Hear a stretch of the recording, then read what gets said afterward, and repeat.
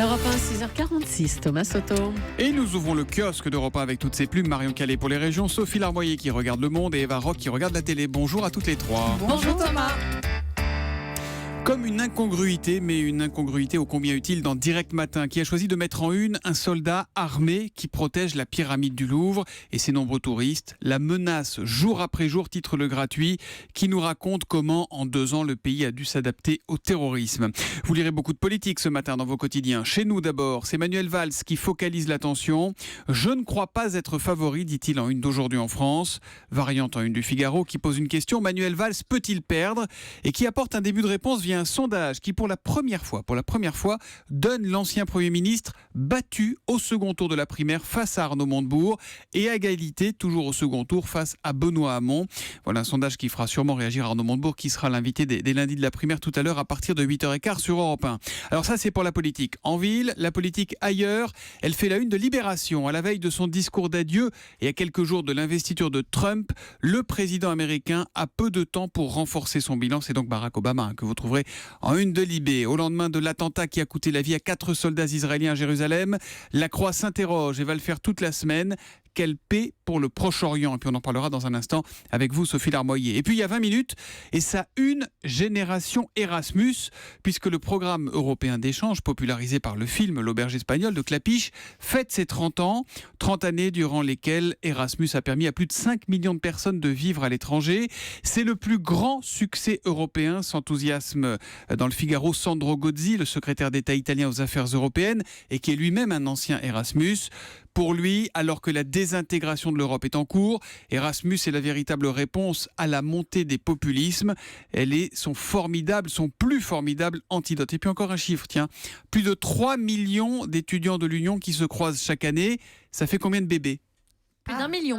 Exactement, réponse de Vue Direct Matin. 1 million. 1 million. Les couples formés pendant les échanges ont donné naissance à 1 million de bébés Erasmus. Non, lui c'est pas un bébé Erasmus, c'est le bébé de Samuel Etienne qui attend que son papa rentre à la maison. 3-1 dans la PQR, la presse quotidienne régionale, Marion Calais. Parole contre parole dans le Progrès ce matin. Après la mort de 13 résidents d'un EHPAD de Lyon, la direction dit avoir été surpris par une épidémie exceptionnelle. La fille d'une résidente dénonce de son côté une hygiène qui laisse à désirer. La Bretagne secouée, 2 séismes en 24 heures, s'exclame ce matin le Télégramme. Secousse de 3,7 et 2,7 ressentis dans le Morbihan, les Côtes-d'Armor et le Finistère. Vu aussi ce matin la lettre de ces lycéens de Montauban au président de la République. Il demande, explique la Dépêche du Midi, l'inscription du mot chocolatine dans le dictionnaire. Ça recommence. Avec notamment cet argument, c'est pas du pain, comme voudrait le faire croire l'expression pain au chocolat, mais du feuilleté. Ah oui, il y en a qui disent qu'une tranche de pain et des petits carreaux de chocolat, ça s'appelle un pain au chocolat, et que le reste, ça s'appelle une chocolatine. On tranchera pas ce débat ce matin, ça c'est sûr. L'histoire du jour, c'est une histoire de fourrure. Presque un dialogue à distance entre une association de défense des animaux dans le Parisien et la créatrice de nounours en fourrure véritable qui défend dans Var Matin ses créations. D'un côté donc, l'association de défense des animaux One Voice, photo à l'appui dans le Parisien, qui dénonce les conditions d'élevage terribles des animaux à fourrure dans 6 fermes infiltrées. Des visons notamment, entassés les uns sur les autres, élevés au milieu de leurs excréments. Et de l'autre, il y a donc Histoire de bête, cette marque qui fait polémique depuis quelques jours car elle propose des peluches et autres porte-clés en fourrure véritable pour 800 à 1800 euros. Non mais faut-il être dingue pour acheter une peluche à 1800 euros en vraie fourrure? Alors la créatrice assure d'abord qu'il s'agit d'objets pour adultes. Elle assure ensuite avoir recours à des élevages éthiques et sinon à la laine d'animaux utilisés pour leur viande comme le lapin et l'agneau. Le débat est extrêmement passionné. D'ailleurs, face aux menaces de mort qu'elle a reçues, des plaintes vont être déposées.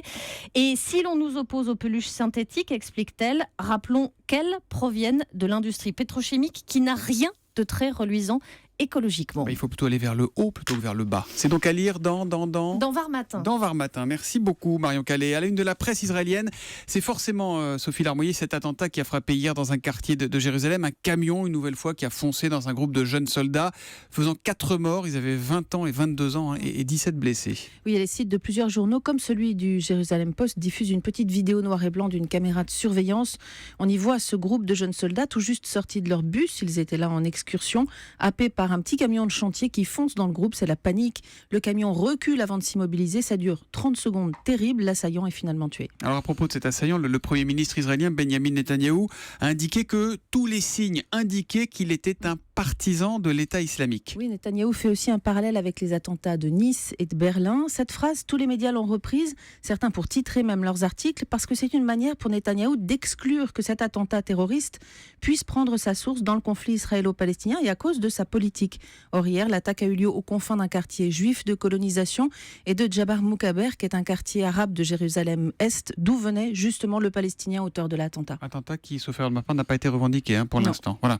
Il y a par ailleurs un début de polémique, Sophie, dans la presse israélienne, car un témoin a estimé que les soldats sur place avaient hésité à répliquer avec leurs armes. Oui, ils auraient eu peur d'être condamnés, disent certains. C'est une mauvaise polémique, en fait, qui se nourrit du débat qui divise la société israélienne en ce moment sur le cas Azaria. Azaria, c'est le nom d'un jeune soldat qui a été jugé coupable la semaine dernière par un tribunal militaire d'avoir délibérément tué un assaillant palestinien en mars dernier, un assaillant qui était au sol et qui ne présentait plus de danger. Ce jugement a choqué la droite et l'extrême droite. Alors dans la presse, après l'attentat d'hier, vous avez par exemple Haaretz, grand quotidien de gauche, qui titre ainsi son édito « L'armée devrait enquêter sur la fuite de soldats face à l'attaque du camion, mais ne lui faites pas de reproches sur Azaria ». Voilà, polémique en cours sur fond d'actualité tragique en Israël ce matin. On va se détendre ce soir avec un classique mais qui est toujours aussi bon, aussi savoureux. Ça se passe sur Arte à 20h55 Eva Rock et ça s'appelle L'Aventure, c'est l'aventure. Mais oui, 5 acteurs pour la comédie culte de Claude Lelouch. Si je vous dis Lino Ventura, Jacques Brel, Charles Denner, Charles Girard et Aldo Machon. Et ces 5 malfrats qui en ont marre des braquages de banque parce qu'ils veulent toujours plus de fric, comme ils disent. Donc ils vont multiplier les causes improbables. Ils vont se retrouver mêlés à une guérilla marxiste en Amérique du Sud. Alors pourtant la politique, eux, mais alors ils s'en moquent totalement. Je vous croyais marxiste. Oui, tendance Groucho. Et une fois que vous m'aurez payé, je suis même disposé à devenir marxiste-léniniste.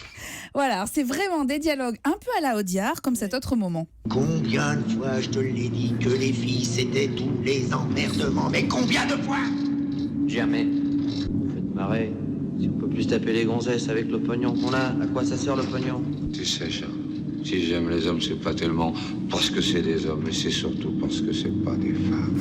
Voilà, alors... Mais c'est Lelouch qui signe les oui, dialogues. Oui, et alors assistant réalisateur, c'était un certain Claude Pinotto pour ce film-là. Oui. Alors ces dialogues et le côté politiquement incorrect quand même de la comédie pour le quintet évidemment incroyable. Et vous savez cette scène où sur la plage devant des filles, ils roulent des mécaniques. Pour tout ça, je ne peux que... Exactement. Je ne peux que vous conseiller ce film. C'est un film de 72 qui pour moi n'a pas pris une ride et qui pourrait même vous mettre de très bonne humeur pour le reste de la semaine. Et n'oubliez pas surtout... L'aventure, c'est l'aventure. Johnny Hallyday qui se fait enlever dans le film. Qui se fait kidnapper, exactement. Mais il y a un cycle Lelouch sur Arte en ce moment. Alors c'est le dernier film pour le cycle Lelouch. Ça vous embête qu'on écoute un peu Johnny? Pardon. L'aventure, c'est l'aventure. C'est sur Arte à 20h55. Du coup, il s'est tu, ce pauvre Johnny. Vous êtes des tigres de papier, comme on dit dans l'aventure, c'est l'aventure. À demain, les kiosquiers.